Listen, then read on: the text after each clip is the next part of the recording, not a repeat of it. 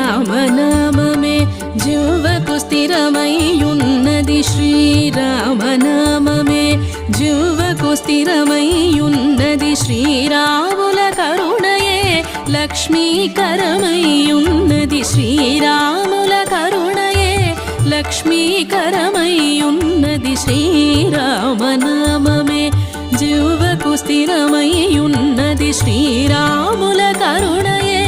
లక్ష్మీకరమైయున్నది Srirama